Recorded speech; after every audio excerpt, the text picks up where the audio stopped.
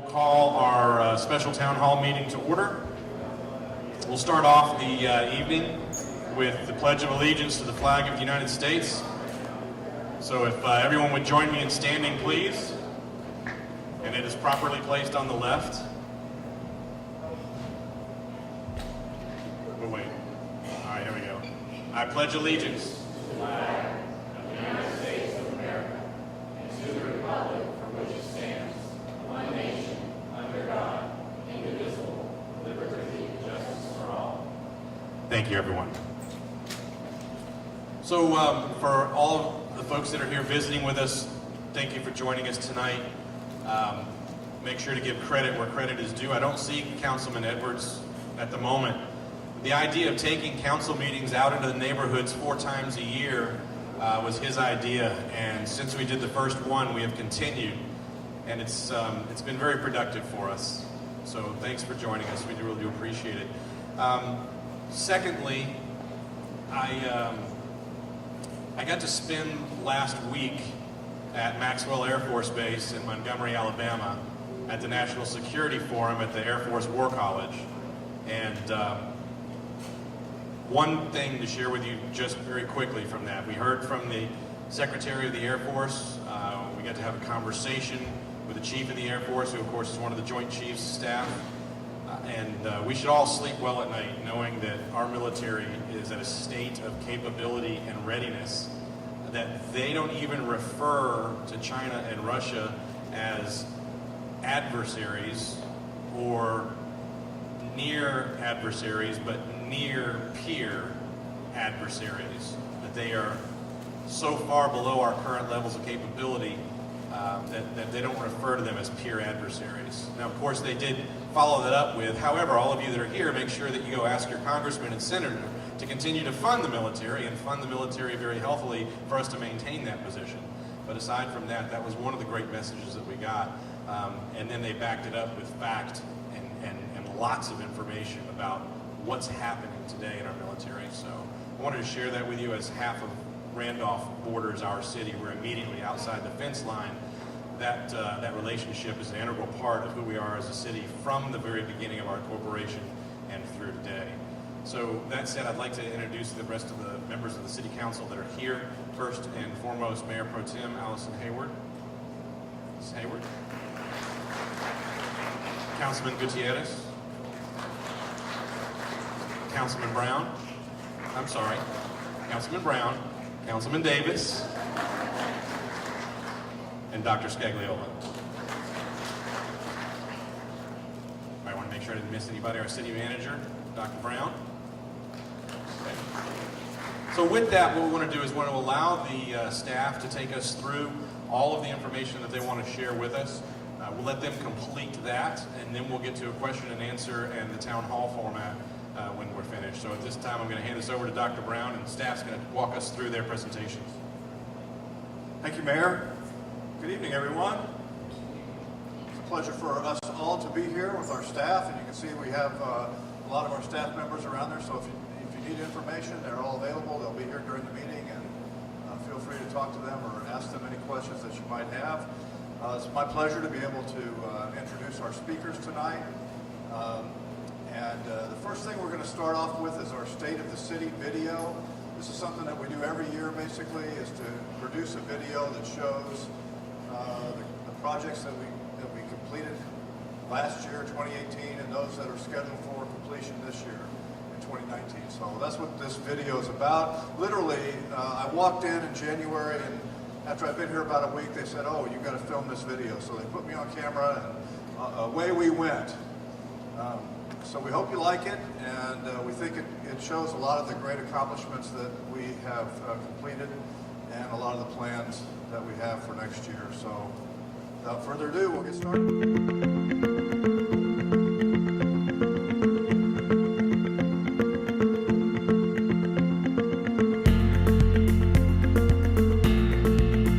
Hey Jackie, how you doing today? Good morning, sir. Fine, thank you. Good morning. Morning, Mark. Welcome to Shirts. We are excited to have you. Hey Brian, good to see you. I'm so glad to be here. I'm excited and ready to get started. great. Do you have a second? I'd like to get you up to speed on a few things. Yeah, sure. Have a seat. Schertz has had some great changes in 2018 that staff and the community are very excited about. For starters, we were able to offer a unique fitness-inspired event on Main Street, which brought out thousands of residents to enjoy not only a stroll down historic Main Street, but also offered fitness demos and activities for all ages to enjoy. Hey, speaking of historic, the city celebrated its 60th year of incorporation with a street festival in October. That connected the past with the present with a unique music experience.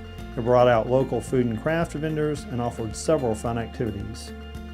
We opened Mary Whitfield Burks Park, a new fitness-driven park along Schertz Parkway, reconstructed the Schertz YMCA locker rooms, and installed restroom facilities at the community playscape. It's been quite a year for Schertz Parks. Hey, that's terrific, Brian. How about public safety? What's happening in their departments? A lot has happened in our fire EMS departments this past year. With the growth developing in southern region of Schertz, we were able to open and fully operate out of a temporary fire station located on Lower Seguin Road, while we continued to plan the design and construction of our new fire station number 3 that broke ground in November. Throughout the year, we were also able to purchase necessary resources to equip our new fire station, to include a new fire engine, a swift water rescue boat, as well as hiring 3 firefighters, which completed the process of fully staffing the department. Our EMS department also purchased new equipment to help maintain top quality medical coverage across 220 square miles in 8 cities. This included 2 new ambulances, stretchers with loading systems, chest compression machines, medic armor, and the addition of 5 new employees. That's interesting, Brian. Sounds like they've been busy. Speaking of the development of Fire Station 3, where are we with infrastructure and maintenance? I'm glad you asked. Our engineering department completed the Schertz Parkway project last February. This project serves as a strong addition to the city's roadway network, as well as providing momentum for the upcoming roadway improvement projects outlined in the Street Preservation and Maintenance Program. Awesome.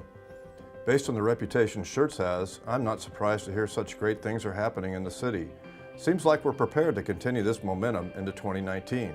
As a matter of fact, sir, we are. Staff is fully prepared to continue tackling new projects and challenges in 2019, and the increased tax rate that was approved for this fiscal year will better equip us to do so. To get a good understanding of what staff is working on, I would highly recommend visiting with various departments and see the great plans they have for 2019. Thanks, Brian, for the update. I'll do that.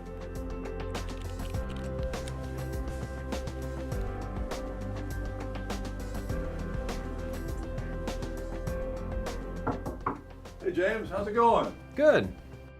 Good to see you. Good seeing you. Do you have a second to fill me in on the city's financial condition? Sure. Last year ended well. Our expenditures were under budget and our revenues overperformed. The sales tax and permit revenue really helped build the bank balances last year. Both of these increases are thanks to the growth we've been seeing in Schertz and across the area. This year, the recent tax rate increase will provide staff the resources to improve maintenance programs for buildings, parks, and streets. Thanks, James. I'm sure those departments will be able to put that money to good use. Anytime.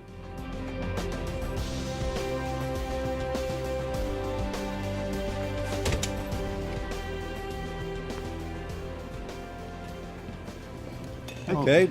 Hope I'm not interrupting you. Hello, sir. How's it going? Good.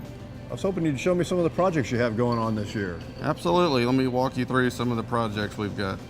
We're in the middle of construction on our new state-of-the-art fire station number 3 located in southern Schertz. The new station will measure roughly 12,000 square feet and will house several apparatus. That will include our new engine, a brush truck, a reserve engine, and space for a Schertz EMS ambulance. The station will feature full living quarters, offices for staff, and a community meeting room which will be used as classroom space for our staff as well as the general public. We anticipate this station reducing response times in southern Schertz by 50% or more, so we're very excited to be enhancing services for our citizens. This is going to be a great addition to public safety. It's really going to move fire's mission forward. I can't wait to see the station open in 2019. Me either. Hi, Mark. Hey guys, I'm so glad I caught up with you. I was wondering if you could tell me about the parks projects you have going on this year. Absolutely. We have a lot of exciting projects for 2019. This year, we will be focused on parks maintenance projects such as renovating playscapes and adding safety surfacing.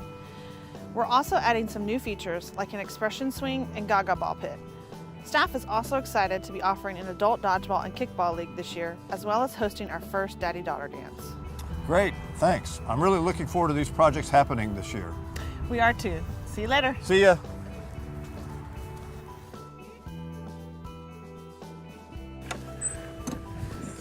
Hey guys, do you have a minute? Absolutely, Mark. What's up?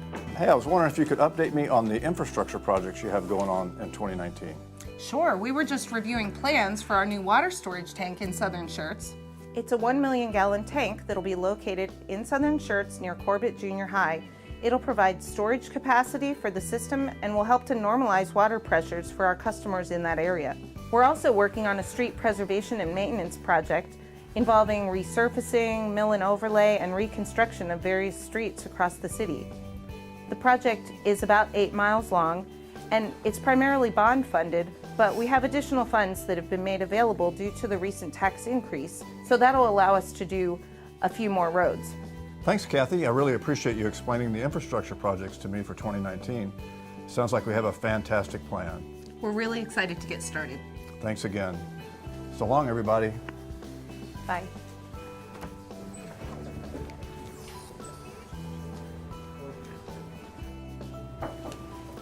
Hey, Mark, how did your first day go? Hey, Sarah, good to see you. It was great and really insightful. I had the opportunity to meet with several departments, and they walked me through many of the projects that they have coming up. That's good to hear. You know, I'm already very proud of the city and the work the staff does every day. I can already tell we're going to do great things and look forward to leading the city to great success. It's going to be a good year.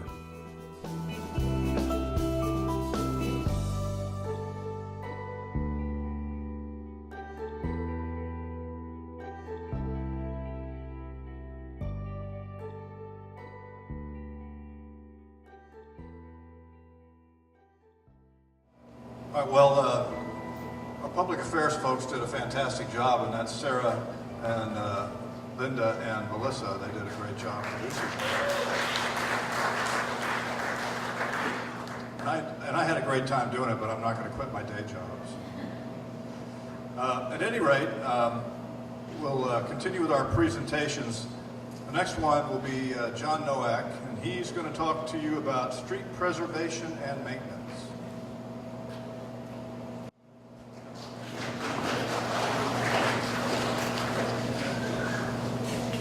Thank you, Mark. We've got a lot of work planned this year. This project is kind of spread out through the city. You can see the various dots, different parts of our community.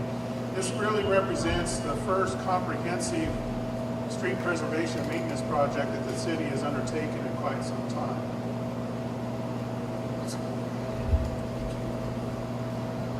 This is one of the areas we're doing. This is in the North Cliff area. The streets in this area just recently had their water lines upgraded, so now we're coming in and redoing the streets.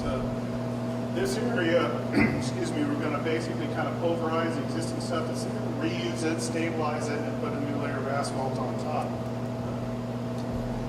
This is the Greenfield Village area. This area gets what I'm going to refer to as a chip seal, but it may not necessarily be a chip seal. What we're talking about is doing some minor repairs to the streets, some level up, some base repair areas, and then putting a new curving surface on top. That could be a chip seal, or it could be a slurry seal, or another thin layer that goes on top. This is another chip seal area. This is the estates at Wilson's Preserve. This is the Deer Haven area. The same thing, this would be another chip seal area. These last two areas, with the increase in the tax rate, the additional funding that we had available, these represent two additional areas that we added to the project for this year. And this is the Lone Oak area down south, just south of the south side of FM78. Some other areas where we're doing some work is Live Oak. If you drive down Live Oak, you'll notice that a part has a different surface on it. That was an initial chip seal effort that we did when I first started with the city in 2017. We're going to finish that up, go all the way to 3009 with it. Now Now, we may have to wait a little bit on applying a new surface because the Parks Department has a project underway to add curb and gutter and sidewalks along both sides of the road all the way to 3009. We're going to go ahead and do all what we call the prep work, which is do the base repairs, level ups and things like that, which will improve the street, its condition in and of itself. But the top surface, the new top surface may have to wait because we don't want to do that until after the concrete work has been completed. We're also looking at another piece of Schertz Parkway. This is from Live Oak South, almost to Main Street, and south to Beck Street. What we're planning to do here is what we call a full width mill and overlay. We're going to mill off the surface and we're going to put a new layer of asphalt down.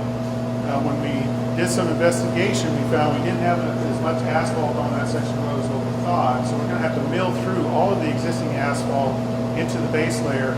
Then we're going to add 4 inches of new pavement on top of it. So we'll have a much more robust street section when we're done.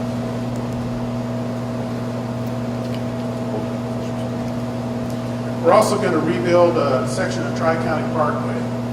This section actually has the lowest pavement condition index rating in the entire city. If you've driven through it on a regular basis, you know how rough it can be.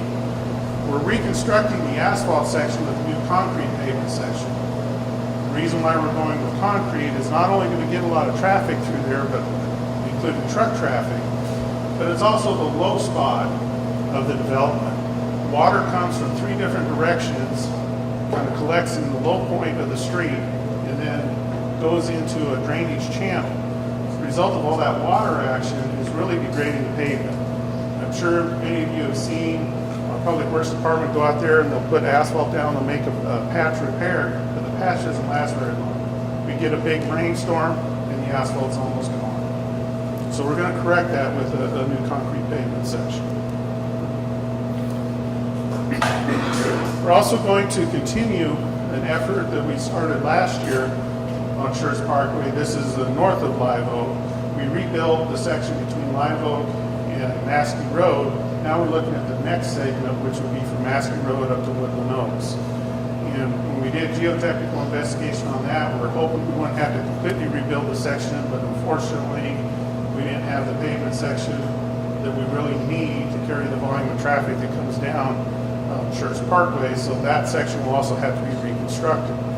We're going to bid it the same way we did the other Schertz Parkway reconstruction project. We'll bid a concrete pavement section and an asphalt pavement section. Depending on how the bids come out, we'll award whichever one makes the most sense for the city.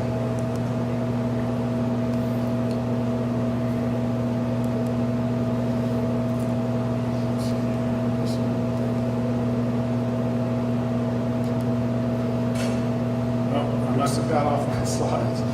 This is the overlay area. We're also doing a chip seal on Curtis and Randolph. Randolph from Exchange all the way up almost to the end, we'll get a new chip seal. This section of Curtis will get a chip seal.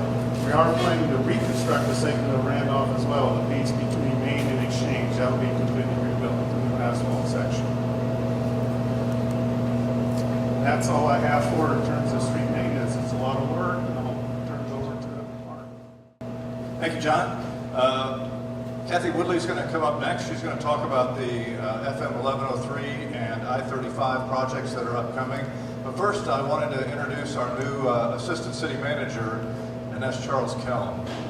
And Charles just started about a week ago. He comes to us from the U.S. Air Force, and he's also been an engineering consultant. So we're excited to have Charles, and we think he'll add a lot of capability to our staff. So, Kathy?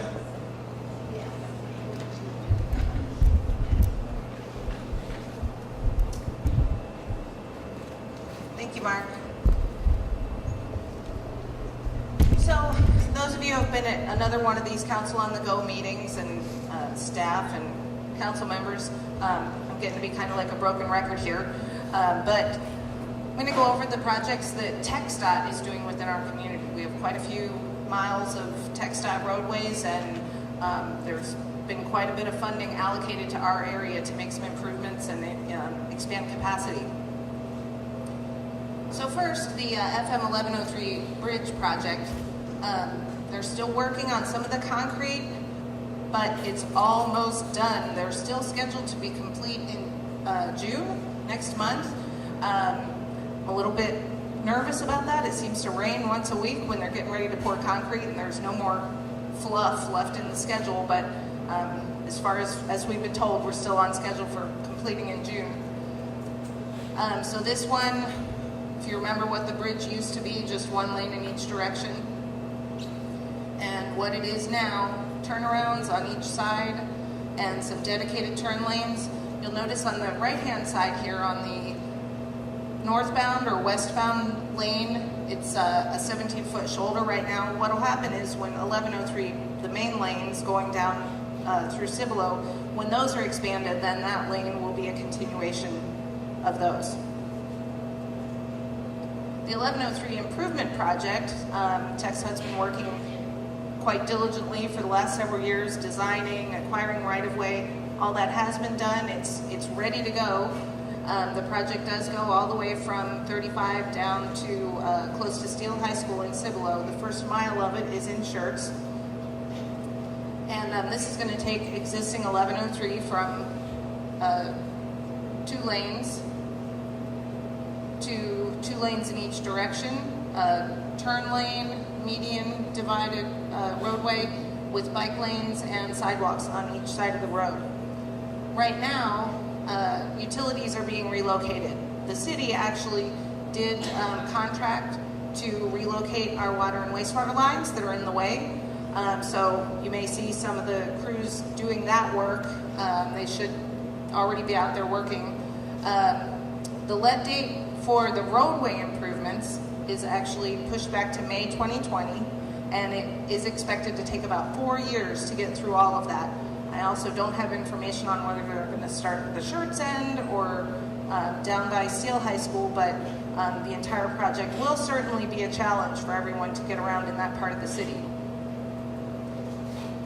The next project that you'll actually start seeing construction on very soon is on 35 from 2252 to Schwab Road. They're doing some what they're calling operational improvements, not really adding capacity, but making some improvements so that traffic will flow better in the area.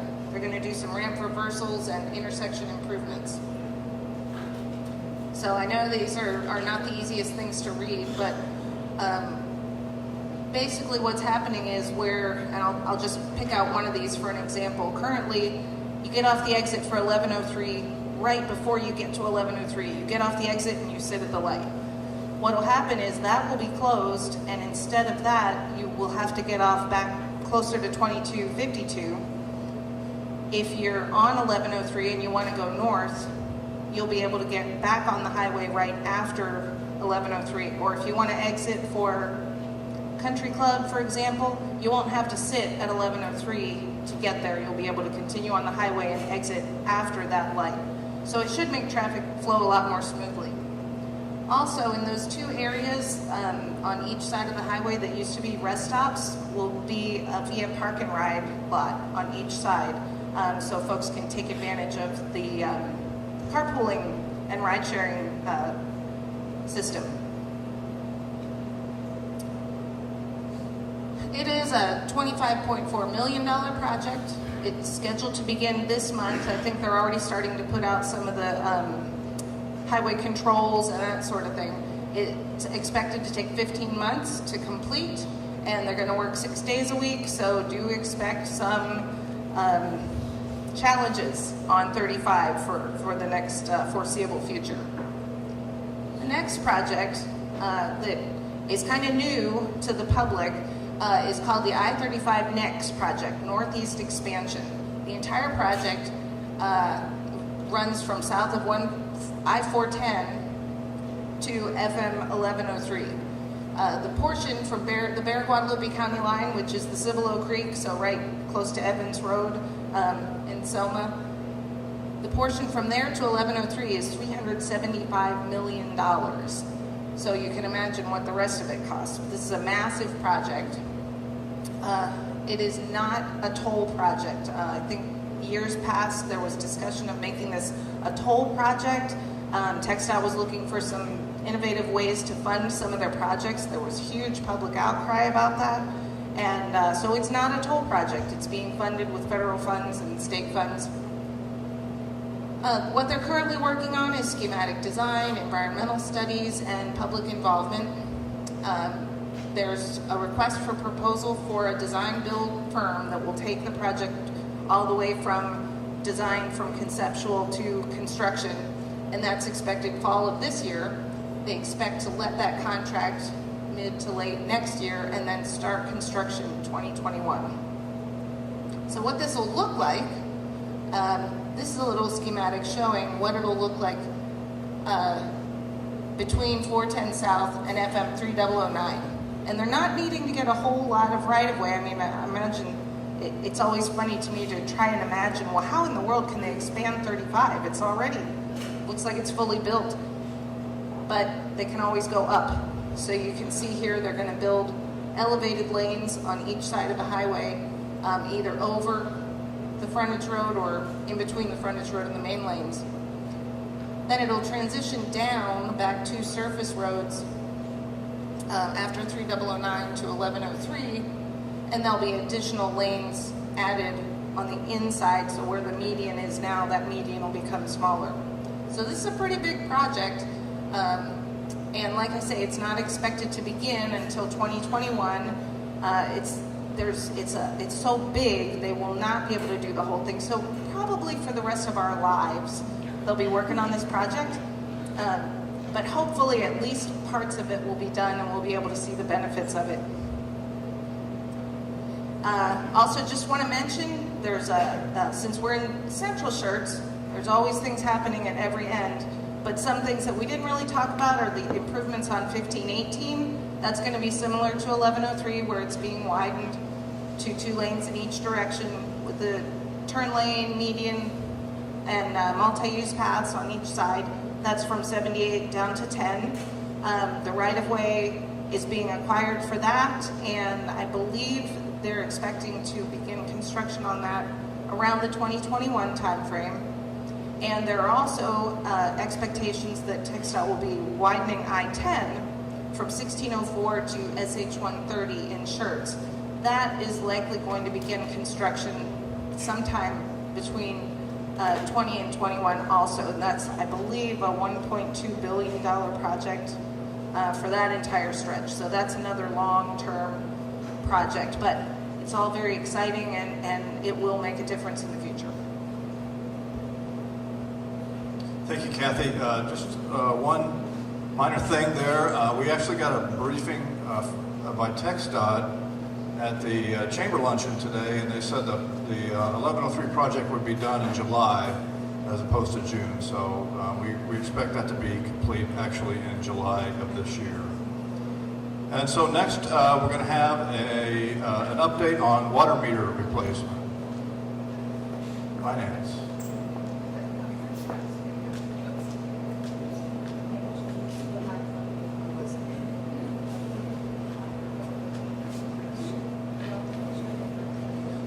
Good evening, everybody. My name is Rodolfo Rosales. I'm the Assistant Utility Billing Manager. I'm here to give you a brief recap of our new water meter replacement. So what happened? So we started to see issues in 2017 and 2018. The warranty on the current water meter system expired. Meter cycle batteries started to fail, and it was taking longer for our meter techs to take readings. With the new water meters, it is quicker to detect water leaks. We can provide readings, data logs that can be pulled from the office instead of upon request. The water use can be reviewed monthly, daily, or hourly. What to expect during the change out? Change out takes approximately 15 minutes. There will be door hangers left at your door when the change out is being done. So what to expect until the change out is complete? We will still do manual reads. The bills will be out late. The due date extension. Non-city employees will be changing meters, and they will be out there on Saturdays as well. So they will have a PMI truck labeled, and they will have uniforms and a badge that will tell you who they are. So here's an update of how many meters we have changed out in the subdivisions. And right now we are about 80% change out complete. We do have a handout right here by the municipal court utility billing that will help you understand your water bills. And that's going to be it. Thank you, Rodolfo. Next, we're going to have an update on the Wiederstein Road improvements and also Rips Chrysler update. Brian James. It's a rough crowd. All right. So as many of you know, if you have to drive that way, Wiederstein Road backs up quite a bit during peak times and other times as well. You know, the road is interesting. You can see from the map, the areas in white, that's the city of Schertz. The area in brown or tan is the city of Cibolo. So this is a road that divides our communities. And as everybody knows, we have a lot of development activity up in that area. You may have gone to Evo to see a movie. Soon you may be able to go to Santikos and see a movie. And so the cities have gotten together and said, hey, how can we partner to bring this about and make those improvements? So the Schertz City Council a few weeks ago approved an interlocal agreement. The city of Cibolo just approved it last week. They made a minor tweak to it, and so we're going to take it back to council on Tuesday, but it was frankly, don't anticipate it being an issue. The majority of the road is in Schertz. We always anticipated we would maintain it once it's built, and so it simply spells that out. So the agreement, it's about a $4.8 million section to go from Old Wiederstein to the frontage of 35. It'll include signalization at Old Wiederstein and Wiederstein, Rips Chrysler, which you can see coming through in Wiederstein, and then at 35 on both frontage roads. So that's about a $4.8 million project. We also put in a provision that each city would kick in an extra $500,000 to try to see if we could partner with TxDOT and improve the overpass at Wiederstein. The idea is, hey, we've got a bunch of stuff going on, it's only going to get worse. Maybe we can kind of sweeten the pot if they can find some money and we can do that upgrade, much like happened at 1103. And so that agreement should be approved. The city still has to approve the construction plans, and then it's got about an 18-month window for the construction to occur. But the other thing that's occurring is the developer of Cibolo Crossing, to deal with the traffic they generate, they're proposing to build Rips Chrysler Road through Cibolo, and they approached the city of Schertz and said, hey, we can really think we can positively impact traffic by continuing that on and building it all the way to 3009 where the signal is that you used to get into HEB. That's estimated at about a $400,000 section. The City Council of Schertz approved an agreement with the developer to give him credits for roadway impact fees, or use roadway impact fees to pay him back for that. So it takes a portion of the roadway impact fees we collect in that zone to pay him back over time. And council have basically said, let's make sure we get the Wiederstein deal worked out, then we'll execute that one, but that will allow both of these to go forward quickly. I think as Kathy said, it's probably going to get worse before it gets better when Wiederstein goes under construction, but I think everybody understands if we can move quickly with that to get it done as soon as possible before 1103 goes under construction or gets too far in, that'll really help everybody. So again, appreciate our city council approving those agreements to try to make those road improvements going forward. Okay, thank you, Brian.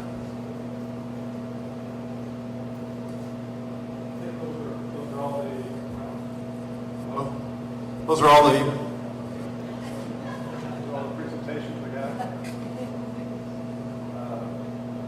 At any rate, that's just a few of the things that we have going on. So as you can see, we're going to have a lot of road construction from about 2020 to 2025. It's going to be pretty widespread over the city and also including Cibolo. It's a mark of progress, I think, for both communities. I mean, we're 40,000 and Cibolo is about 30,000. So 70,000 folks and growing in both communities. So it's time that we devoted that energy to improving our roadways. In addition to that, we didn't really even cover all the development projects that we have going on in the city, and we basically have approximately 27 different commercial and residential developments going on, and we actually have that on our website. If you go on our website under the Community Development Department, you can find where we're actually doing all that development. So that's also another exciting thing that's going on in our city. So with that, we'll throw it open to questions and see what all you all would like to talk about. Yes, ma'am. Wait a minute, I need you to get on the microphone. Please state your name. Michelle Dreletsky, 705 Maryland Drive. What is your time frame on the Randolph Curtis redoing those streets? And the reason I ask that question is we're almost in June, and we got the 4th of July parade, and we have school starting in mid-August. And if you're going to do it from August on, then you're going to have all those school buses, all those parents trying to drop off their kids, while they're trying to do the streets. Yeah, so we do not have the contract left yet for the project, and it's going to go out to bid very soon. I would anticipate that we're going to complete those projects in the next few months, but once we get the contractor on board, then we can phase that out, and we can determine what the right way, the smart way to do that is. So it'll depend on the contractor, depends on how the contractor wants to mobilize, and then we'll look at all of those projects and try to phase them in a way that makes sense. So that's good feedback for those projects. I don't know, John, did you have anything else you want to say about that?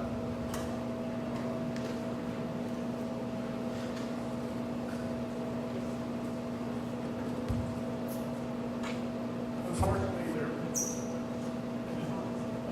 there may be a little bit of overlap on some of that because to apply like a chip seal or spray seal, you want to dry weather.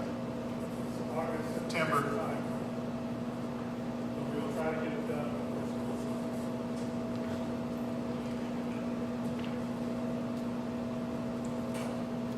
Yes.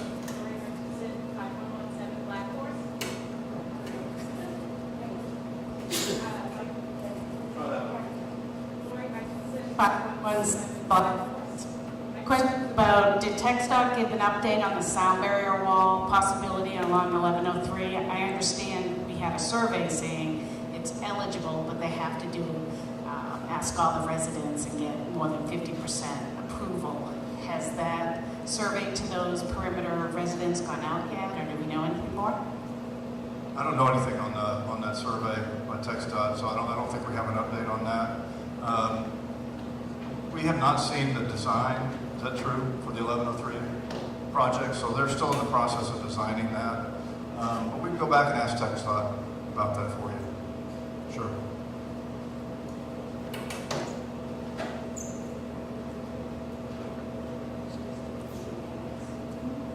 First meeting, my name is Janice Dickey. I'm at 532 Thoreau Trail. Been here 16 years, retired Air Force. My boys went to Clemens High School. They've graduated. My concern is about Schertz Parkway, where the buses come out. On some days, people stop for the buses so they can let them out. It's really bad because people are about to hit each other. It's like stacking on top of one another. Sometimes the cars stop for the children, and the cars behind them don't see the children, or they don't see the children on the crosswalk. Is there any plan to get the flashing light like on the other side, or a stoplight for the buses to come out? Let me have the police department. I saw Mark. Is Mark back here? Yes. Mark, can you come talk to that, please?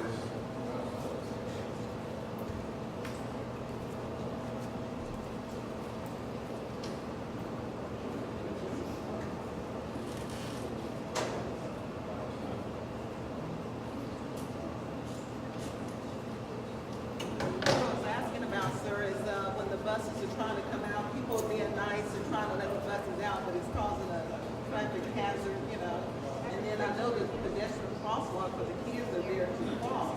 Right. But then some people are stopping and some are not. Right. So it sounds like we probably need to do a study there and see what the traffic flow is and where the kids are at. put up some additional crosswalks, light crosswalks in Elbel, help the kids cross, maybe we can do that as well. Where are you talking about at Elbel, or are you talking about where?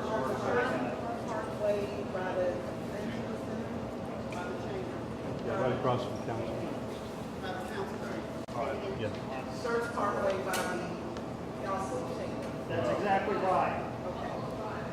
Yeah, Buffalo and Pecan is kind of where that is. And so, yeah, most of the folks who've been around have seen kids passing there again. The problem often is a car may slow down and sees them, a car coming in the next lane doesn't realize where they're slowing down and keeps going.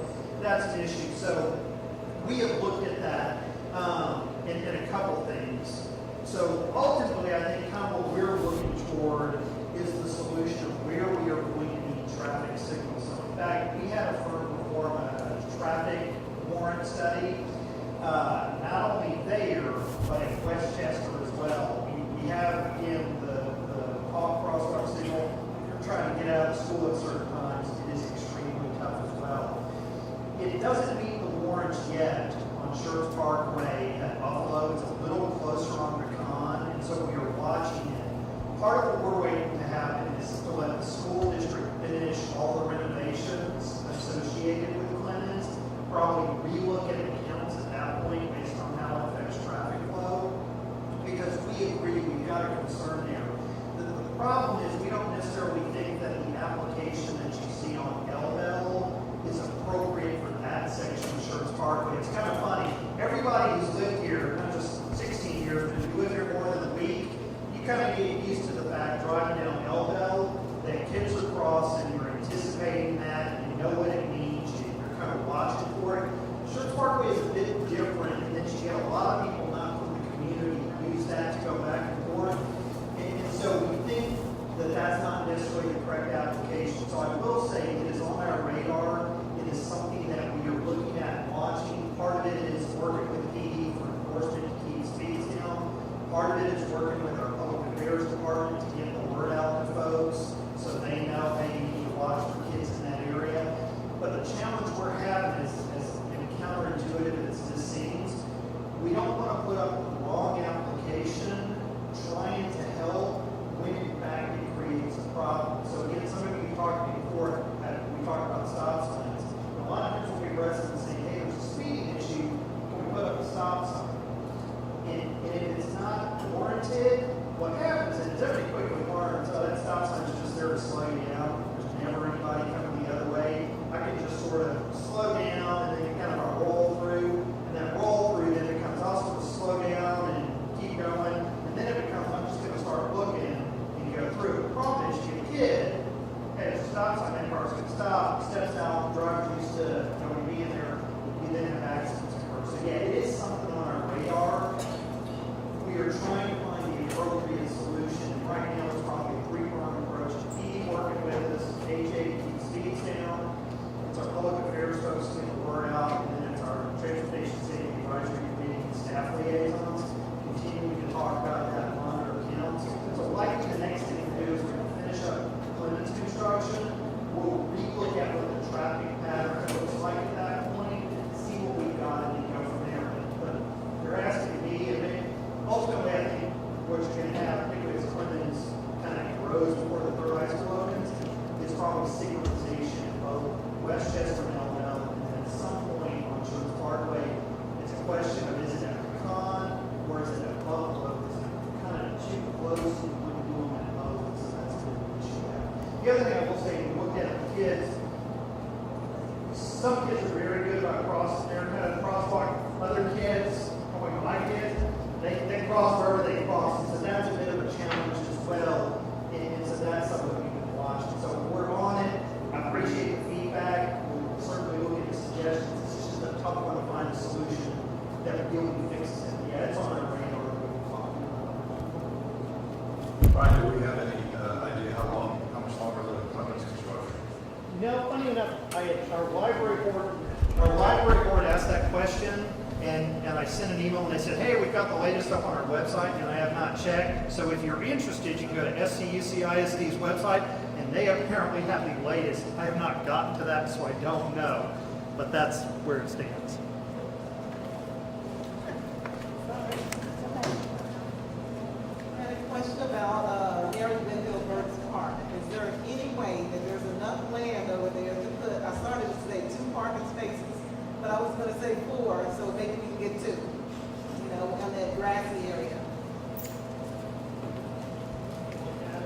Did we look at putting parking spaces there? No, you're fine. We did not. Yeah, the issue there is really because what's going on at that park is that exercise trail. The assumption is that the folks who are going to really use that are going to tend to be folks walking up and down the parkway. And our assumption is that somebody who's really going, I want to use it, they may kind of go, you know what I'll do, I'll just park at the school, and I'll walk down, or I'll park in the neighborhood, and I'll walk down and get a little exercise and use it. So you're right, the problem we've got is that park is so tight that we don't want to eat the whole thing up with parking, which when you start looking at radii coming in and curves and things like that. So let me go back and talk with our parks department and mention this to them. But to date, no, it's not really something we've thought a whole lot about. It's really intended to kind of be for folks walking up and down. I don't think you'd want people backing out onto Schertz Parkway, so we'd have to do it a smart way. U-turn or something. I mean, it'd have to be done in a smart way. Yes, ma'am.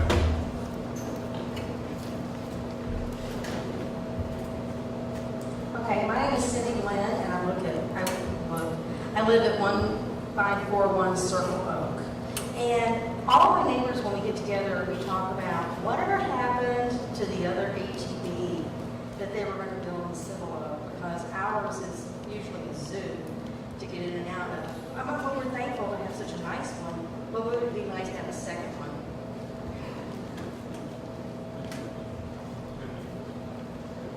You know, I think you'd have to ask Cibolo that question.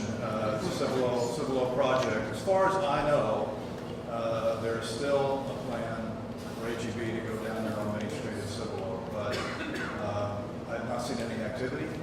I'm not aware that anything is in the immediate future for that, but I still think it's part of the plan.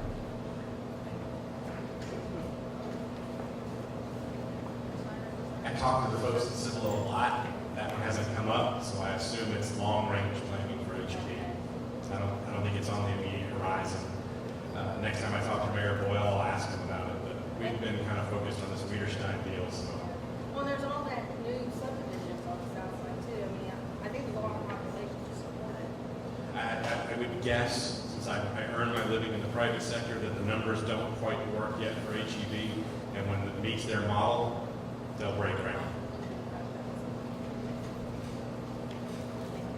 Others? Yes, ma'am.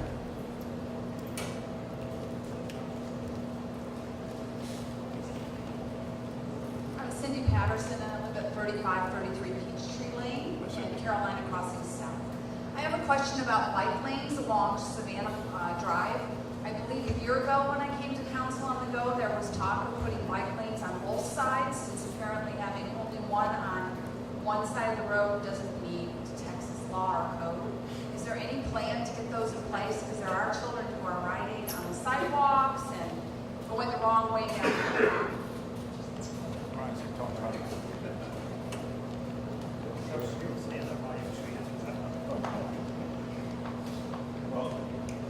Okay, so yeah, you're right, you did. So funny enough, we just talked with Parks Board last night about this, didn't we, John Sullivan, who's right behind you, raise your hand, John Sullivan, thank you for being on Parks Board. Yeah, so we have, and let me say a couple things. So council members were kind enough to allocate funding for us to apply for a grant through the Alamo Area Metropolitan Planning Organization. We got a grant, so now we have a total project cost of about $1.1 billion for that. That is wrapping up sort of the design. It's 90–95% done. These things just take a while because they have to meet federal standards because of where the funding comes from. So that is still on the plan, on the radar to get bike lanes on both sides to be more compliant. We in fact talked to TSAC. Thank you, Richard Jevitz, who can raise his hand, who sits on our Transportation Safety Advisory Committee, and I believe John Sullivan, you sit on that one as well. Raise your hand again. About parking or no parking on bike lanes. So yeah, we are planning to build that, make those corrections, and we're starting to look at these issues we anticipate to get as we have them. And that project is not quite ready to be executed, but it's coming soon. It's coming along fairly soon. Yeah, we're still within the time frame. Hope to maybe bid it out this year. I would think is probably So that's definitely. So yeah, we have to work with Selma on that because the back Definitely end is on the there, horizon. Others?